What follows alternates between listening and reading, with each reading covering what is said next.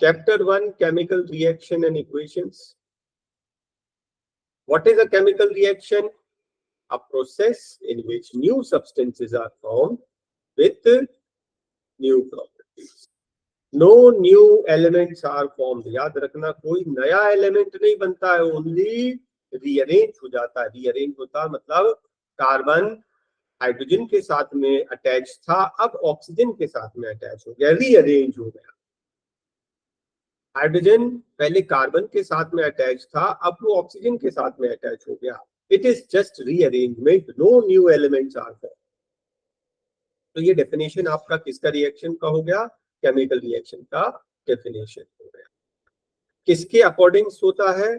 According to the law of conservation of mass. Substance जो left में लेते हैं उनको रिएक्टेंट, जो राइट में लेते हैं उनको प्रोडक्ट, और mass, total mass of the reactants is always equal to total mass of the product in accordance with the law of conservation of mass. और डिटेल में देखेंगे हम लोग बाद में. मैग्नीशियम रिबन हम मार्केट से खरीदते हैं, जब कंपनी बनाती है तो बिल्कुल फ्रेश होती है. हो सकता है कि रखे रखे वो ऑक्सीजन से रिएक्ट कर जाए और एक कोटिंग बना ले मैग्नीशियम ऑक्साइड का. जब आप उसको जलाएंगे तो वो नहीं जलेगा, हीट करने पर बर्न नहीं करेगा. क्यों? क्योंकि उसके ऊपर एक सेल्फ प्रोटेक्टिव लेयर बन चुका है, जिसे आपको सैंड पेपर से रब करके क्लीन करना है. उसके बाद आप हीट करोगे तो वो जलेगा. ठीक है, डैज़लिंग लाइट के साथ में जलेगा. Fireworks, frying eggs, cooking food, photosynthesis, digestion, combustion, कोई भी चीज जलाओगे वो सब क्या होगा? केमिकल रिएक्शन के एग्जांपल्स है. अगर कभी गैस इवॉल्व हो रही हो, प्रेसिपिटेट बन रहा हो, कलर में चेंज आए, टेम्परेचर में चेंज आए, समझ जाना कि वो केमिकल रिएक्शन है.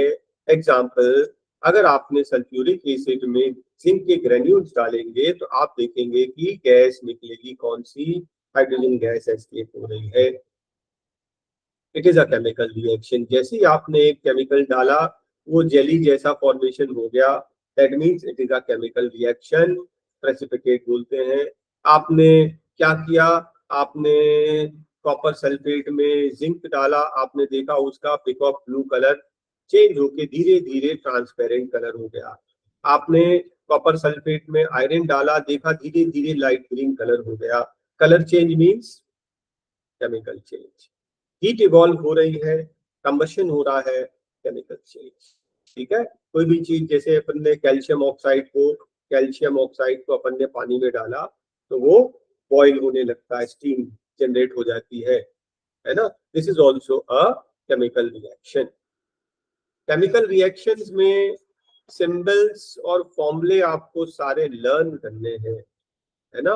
वैलेंसीज भी लर्न करनी है.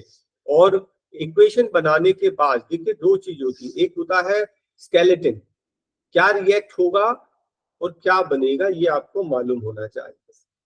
और सेकंड स्टेप आता है फिर हम उसको बैलेंस करेंगे. कैसे बैलेंस करेंगे? ट्रायल एंड एरर मेथड से. ठीक है. कितने टाइप के केमिकल रिएक्शंस होते हैं? Combination, decomposition, displacement, double displacement, oxidation, reduction. ठीक है. जब कोई दो चीज कंबाइन होके सिंगल बना दे, दो या दो से ज्यादा, कॉम्बिनेशन है. कोई एक चीज टूट के दो या दो से ज्यादा हो जाए, डिकम्पोजिशन है. ठीक है. ये सी क्या है? सी जो है काफी रिएक्टिव है, वेरी रिएक्टिव. उसने बी को डिस्प्लेस करके ए के साथ जुड़ गया, डिस्प्लेसमेंट रिएक्शन. और अगर आयंस एक्सचेंज हो जाए, ए सी के साथ में, बी डी के साथ में, उसको बोलते हैं डबल डिस्प्लेसमेंट. ठीक है, देख लीजिए. तो सोडियम क्लोरीन का रिएक्शन NaCl कॉम्बाइन हो रहा ना, कॉम्बिनेशन रिएक्शन. आयरन और सल्फर रिएक्ट करके आयरन सल्फाइड बनेगा, लेकिन फिजिकली मिक्सिंग नहीं, हीट करेंगे तब. और अगर फिजिकली मिक्स करेंगे तो वो मिक्सचर है, वो कंपाउंड नहीं है. और बहुत सारे रिएक्शन है. मैग्नीशियम ऑक्सीजन मिलकर मैग्नीशियम ऑक्साइड, हाइड्रोजन ऑक्सीजन से जलकर वाटर. कोल जो है कार्बन ऑक्सीजन से रिएक्ट करके कार्बन डाइऑक्साइड बनेगा. हाइड्रोजन क्लोरीन से मिलकर हाइड्रोक्लोरिक एसिड बनेगा, सोडियम जो है क्लोरीन से मिलकर NaCl बनेगा। ये बहुत सारे जो हैं बहुत simple combination reaction. Decomposition very important, 3 type का, एक हीट का, एक इलेक्ट्रिसिटी का और एक लाइट का। काफी इंपॉर्टेंट है ये। कैल्शियम कार्बोनेट को जब हम हीट करेंगे, ये है कैल्शियम कार्बोनेट, मतलब जो हमने माइन से निकाला है, ठीक है, लाइमस्टोन, इसको जब हम हीट करेंगे फैक्ट्री में तो इसका एक कार्बन डाइऑक्साइड का मॉलिक्यूल उड़ जाएगा और पीछे बचेगा कैल्शियम ऑक्साइड, जिसको हम लोग क्विक लाइम भी कहते हैं। ठीक है, ये लाइमस्टोन है और ये है क्विक लाइम। ठीक है, रिएक्शन देखिए, कैल्शियम कार्बोनेट को आप हीट करोगे तो कार्बन डाइऑक्साइड का मॉलिक्यूल टूट जाएगा, डिकम्पोज हो जाएगा और हमें मिलेगा कैल्शियम ऑक्साइड। ये हो गया डिकम्पोजिशन बाय हीटिंग, जिसको हम लोग थर्मल डिकम्पोजिशन कहते हैं। इलेक्ट्रिक करंट पास करके हम लोग वाटर को तोड़ सकते हैं। वाटर को तोड़ने का और कोई तरीका नहीं है। हाँ, हीट करोगे तब भी वो वाटर वेपर ही उड़ेगा। तो जब हम इलेक्ट्रिक करंट पास करेंगे तो क्या होगा, वाटर, क्योंकि वाटर हाइड्रोजन और ऑक्सीजन से बना है तो हाइड्रोजन और ऑक्सीजन में डिसइंटीग्रेट हो जाएगा। ठीक है, और जो एनोड है, एनोड मतलब पॉजिटिव, उसकी तरफ नेगेटिव ऑक्सीजन कलेक्ट हो जाएगा और जो नेगेटिव रेडिकल है, नेगेटिव सप्लाई जो भी है बैटरी की, उसकी तरफ पॉजिटिव हाइड्रोजन कलेक्ट हो जाएगा। तो राइट साइड में आपने देखा कि वॉल्यूम डबल है, यहाँ पर हाइड्रोजन कलेक्ट हो रहा है और लेफ्ट साइड में ऑक्सीजन कलेक्ट हो रहा है। क्वेश्चन ये आएगा कि हाइड्रोजन का क्वांटिटी ट्वाइस क्यों होता है, क्योंकि वाटर बनने में ट्वाइस हाइड्रोजन लगा है तो डिसइंटीग्रेट होने में ट्वाइस मिलेगा भी। और नेक्स्ट है फोटो डिकम्पोजिशन, लाइट। AgCl पे सनलाइट पड़ी तो डिकम्पोज हो जाएगा, AgBr पे सनलाइट पड़ी तो डिकम्पोज हो जाएगा। बाकी बैलेंस करके आप देख लेंगे। रिएक्टिविटी सीरीज बहुत इंपॉर्टेंट है, याद रखना। ठीक है, potassium, sodium, calcium, magnesium, aluminium, zinc, iron, उससे काफी नीचे है हाइड्रोजन, और हाइड्रोजन बेस लाइन है, उससे कंपेयर करना कौन सा ऊपर कौन सा नीचे। और हाइड्रोजन के नीचे है कॉपर, सिल्वर।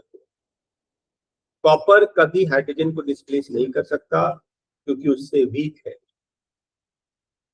सिल्वर को कॉपर डिस्प्लेस कर देगा, copper is more reactive than silver, silver can not displace copper. ठीक है, लेकिन कॉपर जो है आयरन, जिंक, एल्यूमिनियम, मैग्नीशियम से कम रिएक्टिव है, कॉपर उनको डिस्प्लेस नहीं कर सकता। तो डिस्प्लेसमेंट रिएक्शन के लिए हमें ये मालूम होना चाहिए कौन सा किससे ज्यादा रिएक्टिव है। हमने जिंक और कॉपर सल्फेट लिया है ना, तो आपको मालूम है कॉपर से ज्यादा रिएक्टिव है zinc.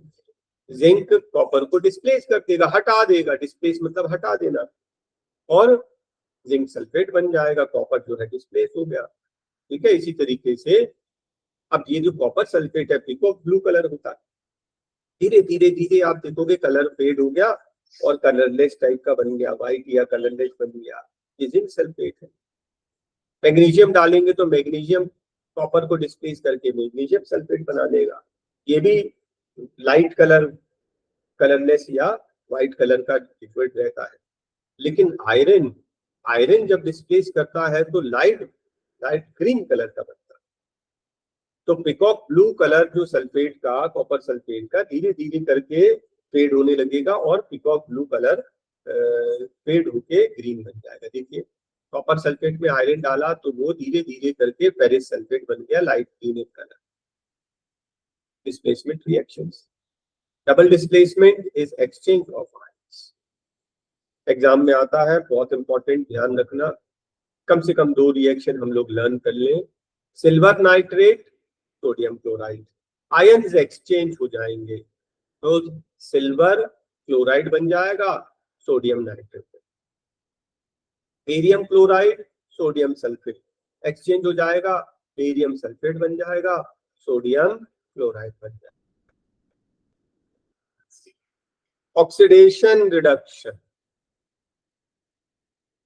3 definition. Addition of oxygen is oxidation. Removal of hydrogen is also called oxidation. और लॉस ऑफ इलेक्ट्रॉन, गेन नहीं बोल देना, लॉस ऑफ इलेक्ट्रॉन। रिडक्शन में सिंपल डेफिनेशन है addition of hydrogen. Removal of oxygen भी reduction होता है, और गेन ऑफ इलेक्ट्रॉन्स। 3 डेफिनेशंस है। एग्जांपल के लिए देखिए, आयरन ऑक्साइड से क्या हुआ, आयरन लूज कर दिया। आयरन ऑक्साइड ने आयरन ऑक्साइड ऑक्सीजन लूज कर दिया, ऑक्सीजन लूज किया ना, तो ये रिड्यूस हो गया। क्या रिड्यूस हो रहा है, आयरन ऑक्साइड। और किसने ऑक्सीजन गेन किया, CO ने गेन किया। CO था, CO2 बन गया, ये ऑक्सीडाइज हो गया। एक ही रिएक्शन में ऑक्सीडेशन और रिडक्शन दोनों होता है, ये एक रिडॉक्स रिएक्शन है। ठीक है, लेड ने क्या किया, ऑक्सीजन गेन किया, ये ऑक्सीडाइज हो रहा है। कॉपर सल्फेट ने ऑक्सीजन लूज किया, रिड्यूस हो गया। एक ही में ऑक्सीडेशन और रिडक्शन दोनों है, ये एक रिडॉक्स रिएक्शन है। आगे और ध्यान रखना कि फिर से देखिए, कॉपर ऑक्साइड प्लस हाइड्रोजन, क्या ऑक्सीडाइज हो रहा है, हाइड्रोजन ऑक्सीडाइज। हाइड्रोजन में ऑक्सीजन ऐड हो रहा है, हाइड्रोजन ऑक्सीडाइज हो रहा है। क्या रिड्यूस हो रहा है, CO रिड्यूस हो रहा है। ठीक है, सब्सटेंस की बात कर रहे हैं, क्या ऑक्सीडाइज हुआ, H2। क्या रिड्यूस हुआ, CuO। लेकिन अगर मैं एजेंट पूछूंगा, उल्टा कर देना, जो रिड्यूस हो रहा है वो आपका ऑक्सीडाइजिंग एजेंट है, जो ऑक्सीडाइज हो रहा है वो आपका रिड्यूसिंग एजेंट पूछेगा तो आप जस्ट क्रॉस कर देना। एक और देख लीजिए, हाइड्रोजन सल्फाइड में क्या हुआ, सल्फाइड ने क्या किया, हाइड्रोजन को लूज किया। लूज किया तो हाइड्रोजन को लूज करना भी ऑक्सीडेशन होता है। तो क्लोरीन ने हाइड्रोजन गेन किया, हाइड्रोजन गेन करना रिडक्शन होता है। ठीक है, लेकिन अगर एजेंट बोलूंगा तो जो रिड्यूस हो रहा है वो ऑक्सीडाइजिंग एजेंट है, जो ऑक्सीडाइज हो रहा है वो रिड्यूसिंग। इफेक्ट्स ऑफ ऑक्सीडेशन, हम लोग सिर्फ ऑक्सीडेशन की बात कर रहे हैं, और इन एवरीडे लाइफ एक जो फूड ऑक्सीडाइज होता है और जिसको हम लोग रैंसिडिटी बोलते हैं, दूसरा करोजन। करोजन बहुत कॉमन है, सबको पता है ना, उसको हम डिटेल में अभी इस समरी में नहीं करेंगे। रैंसिडिटी, फूड जिसमें ऑयल और फैट होते हैं वो ऑक्सीजन से रिएक्ट करके उसके स्मेल, टेस्ट सब चेंज कर देता है। ठीक है, इसको बोलते हैं हम लोग कि फूड क्या हो गया, रेंसिड हो गया। रेंसिड से बचाने के लिए क्या क्या एक्शन कर सकते हैं, एंटीऑक्सीडेंट्स, कुछ ऐसे केमिकल जो उसको ऑक्सीडाइज ना होने दें, DHA, DHT केमिकल्स डाले जाते हैं। उसके अलावा अगर हम किसी तरह से ऑक्सीजन को रिमूव कर दो, नाइट्रोजन से फ्लश कर दोगे तो ऑक्सीजन रिमूव हो जाएगा। ठीक है, तो ऑक्सीजन को हटाने के लिए हम नाइट्रोजन फ्लश करते हैं, ऑक्सीजन रहेगा नहीं तो फूड को ऑक्सीडाइज करके रेंसिड पे नहीं बनाएगा। उसके अलावा आप रेफ्रिजरेटर में फूड को रखोगे, कुक्ड फूड को, तो वो भी स्लो कर देगा, उसको ऑक्सीडेशन को स्लो कर देगा। एयर टाइट में रखेंगे तो वो भी उसको स्लो कर देगा, मतलब काफी हद तक आपका फूड चल जाएगा। और लाइट से भी दूर रखना पड़ेगा। इस तरह से आप रेंसिडिटी से बचा सकते हैं।